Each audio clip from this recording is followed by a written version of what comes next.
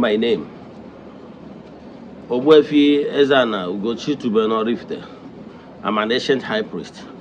Abụ m onye isi nchụaja na ugochitubelu ọdịnala temple. Anyị na-agba afa miri emi lụkwazị ọrụ mmụọ dị iche iche. Abụkwazị m onye isi nchụaja na ọdịnala Restoration Evangelical Mission, bụrụ onye mgbasa ozi ọdịnala Igbo.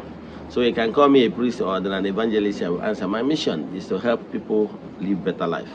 N'ụbọchị taa n'oge awa nke isiokwu anyị ji wee bịa bụ power of forgiveness. Power of forgiveness.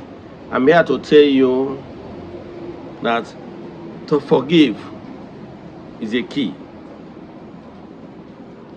Yes. First and foremost, you must learn how to forgive yourself for all the wrong good doings.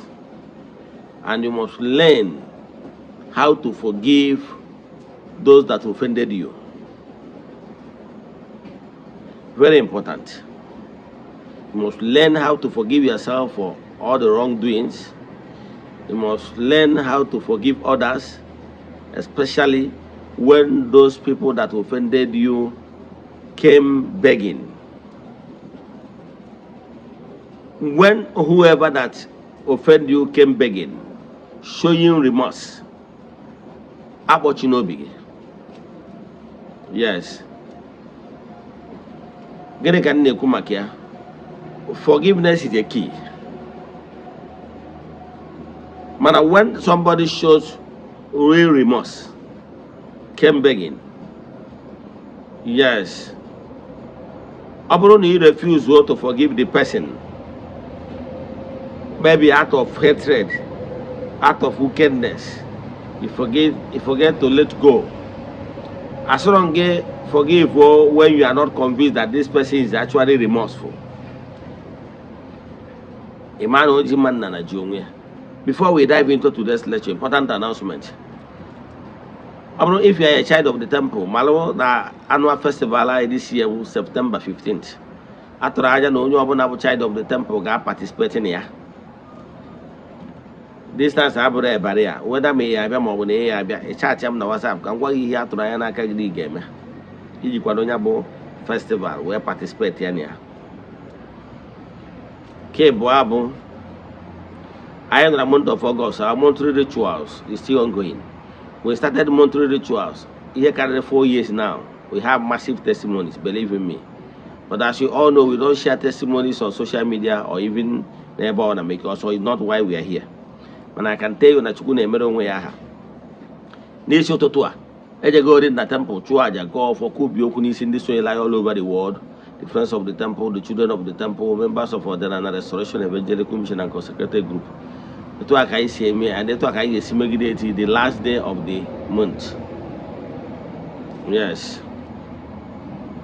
Here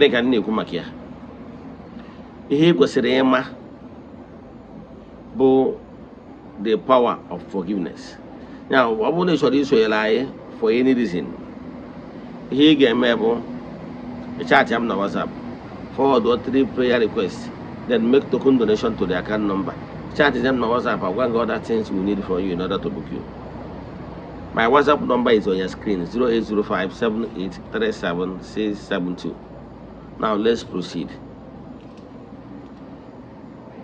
The guys who are calling is your power of forgiveness. I'm here to tell you that forgiveness is a key.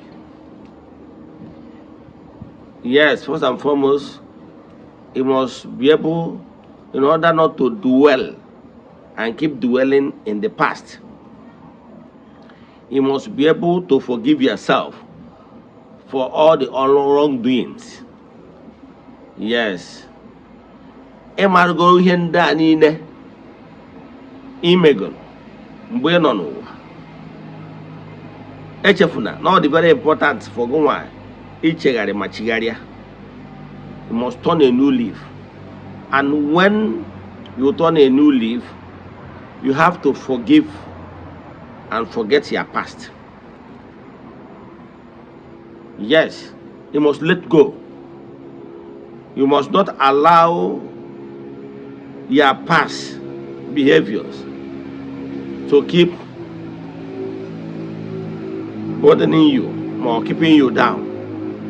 You must forgive yourself for all the wrongdoings and promise yourself new you. Born again. You must forgive yourself and acknowledge the fact that never go new you, because you may go awakening. Imove go ichegari go machigaria. Because without forgiving yourself truly, you will keep on living in burdening yourself, telling yourself that you are the worst. No. Yes, it's actually when you turn a